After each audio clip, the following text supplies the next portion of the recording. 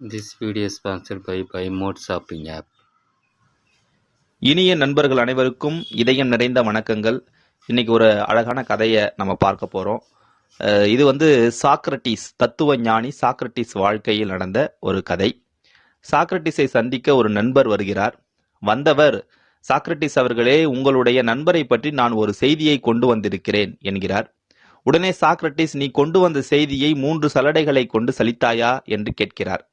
அதற்கு வந்தவர் ஒன்றும் புரியாமல், செய்வதறியாமல் குழம்பி நிற்கின்றார். இதை புரிந்து கொண்ட சாக்ரட்டிஸ், நான் 3 சலடைகள் என்று குறிப்பிட்டது என்னவென்றால், முதல் சலடையின் பெயர் உண்மை என்கிறார். அதாவது, நீ கொண்டு வந்த செய்தி உண்மையான செய்தியா என்று கேட்டார்.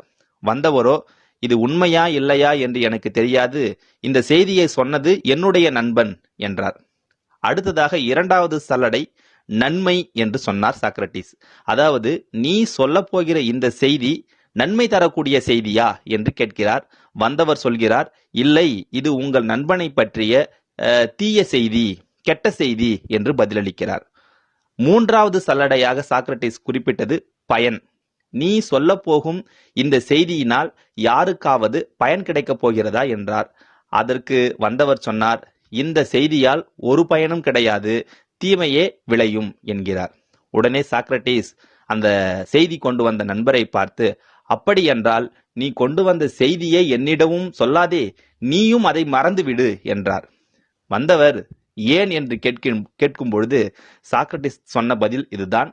ஒரு செய்தியை நாம் மற்றவருக்கு தெரிவிக்க வேண்டுமென்றால் அது உண்மையான செய்தியா, அந்த செய்தியினால் ஏதேனும் நன்மை விளையுமா, அல்லது அந்த செய்தியினால் பயன் கிடைக்குமா என்று நாம் சிந்தித்துதான் ஒரு செய்தியை மற்றவர்களிடம் கூற வேண்டும் என்று பதிலளிக்கிறார்.